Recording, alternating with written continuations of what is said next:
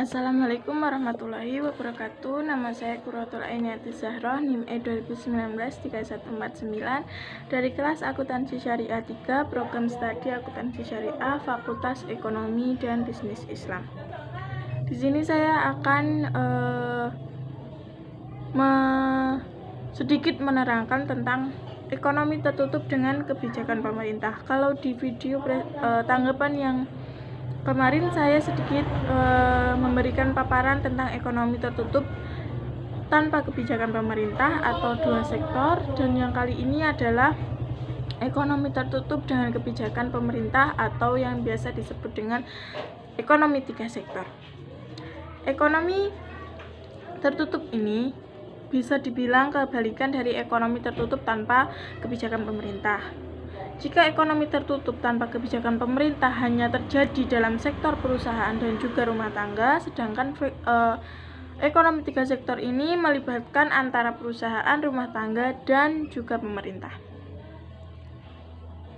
Sedikit siklus dari ekonomi tiga sektor ini. Yang pertama dari perusahaan. Perusahaan yang sebagai pengeluaran dan juga dapat sebagai pendapatan. Selanjutnya rumah tangga juga begitu, sebagai pendapatan dan juga pengeluaran. Nah, pengeluaran dalam perusahaan ini bisa dalam bentuk pajak, bisa dalam pajak penghasilan, pajak pemerintah, bisa juga berupa gaji dan upah karyawan. Masing-masing sektor berperan sebagai produsen dan konsumen. Terdapat arus uang dalam setiap transaksi yang mereka lakukan. Jadi setiap transaksi yang mereka lakukan itu pasti ada arus uang yang terjadi di dalamnya. Kemudian ekonomi tiga sektor ini ada keterlibatan tangan dari pemerintah, yang mana campur tangan pemerintah ini menimbulkan dua perubahan yang penting. Yang pertama yaitu penyusutan pajak yang dilakukan oleh pemerintah menambah pengeluaran agregat pada industri dan rumah tangga. Yang kedua, pajak memungkinkan pemerintah melakukan pembelanjaan, dan ini akan menaikkan pembelanjaan agregat. Namun perekonomian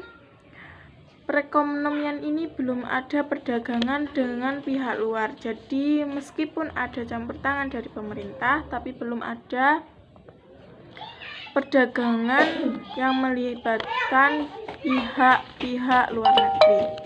Jadi perekonomian tiga sektor ini masih dinamakan perekonomian tertutup karena mereka belum membuka akses untuk perdagangan yang melibatkan pihak luar negeri. Di sini pemerintah mendapat pajak langsung dan juga pajak tidak langsung. Pajak langsungnya yaitu pajak yang diperoleh dari pungutan pemerintah yang secara langsung lalu dikumpulkan dari pihak-pihak yang wajib membayar pajak. Jadi pemerintah itu dapat mendapatkan pajak dari mereka-mereka yang memang wajib untuk membayar pajak.